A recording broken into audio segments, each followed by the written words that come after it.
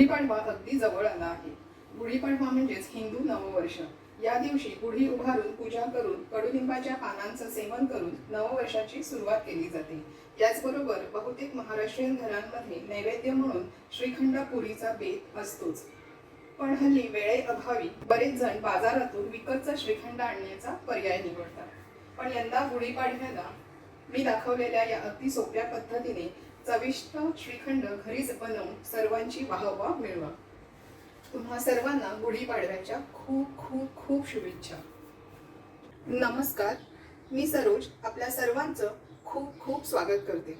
आज आपण श्रीखंड बनवतोय, तर त्यासाठी इथे मी अर्धा किलो हे दही घेतलेलं आहे.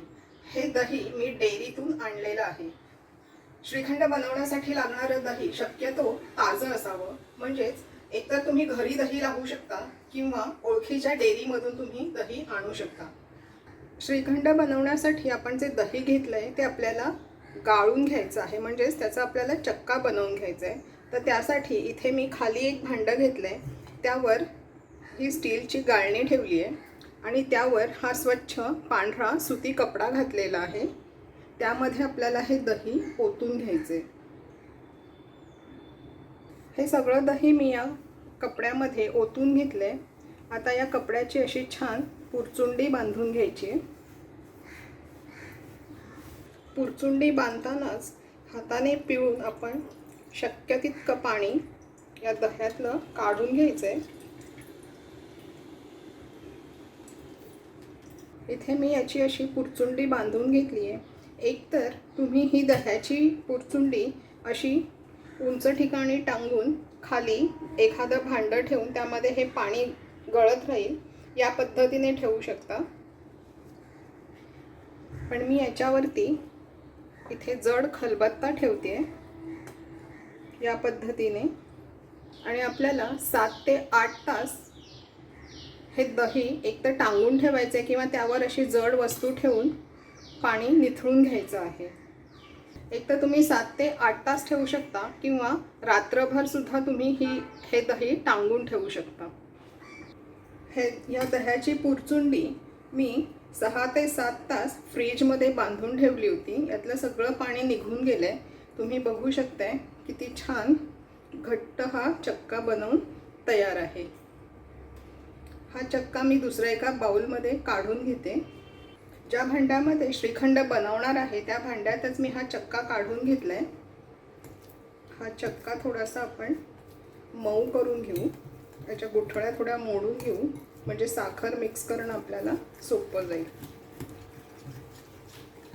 आपण अर्धा किलो दही घेतलं होतं, त्याचा वजनी प्रमाणात तुम्हाला चक्का किती मिळतो हे जाणून घ्यायचं असेल तर अर्धा किलो दह्याचा साधारण 200 ते 250 ग्रॅम आपल्याला असा चक्का मिळतो. हा चक्का मी मोडून घेतलाय.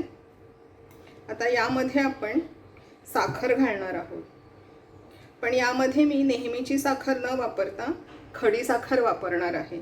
खडी साखर ही दिसायला अशी असते की ओबडधोबड आकाराचे असे खडे असतात. ही खडी साखर मी वापरणार आहे.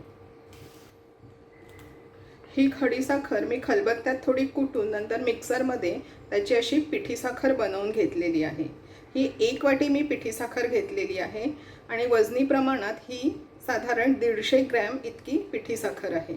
साखरेचं प्रमाण तुम्हाला जितकं गोड आवडतं त्यानुसार कमी जास्त करू शकता. खडी साखरेबरोबरच इथे मी थोडीशी ताजी कुटलेली ही वेलची पूड घेते आणि यामध्ये मी आत्ताच थोडंसं जायफळ किसून घालते.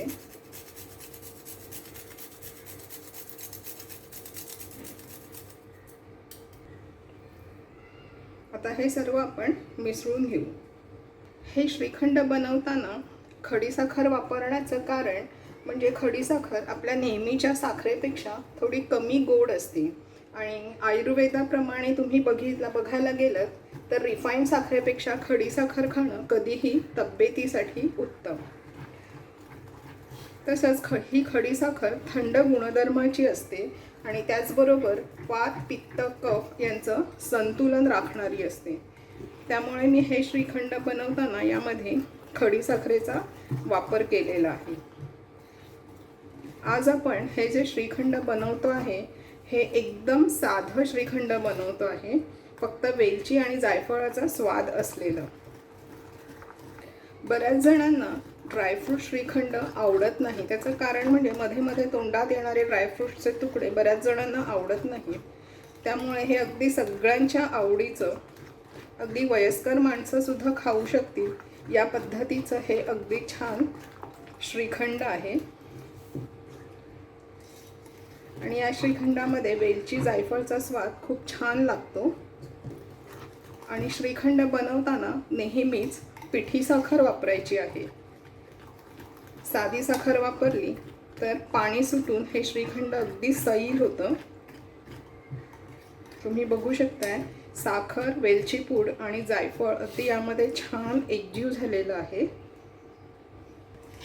साखर, वेलची पूड आणि जायफळ पूड अगदी व्यवस्थित छान मिक्स झालेली आहे. आता यामध्ये मी अगदी थोडीशी चारोळी घालणार आहे.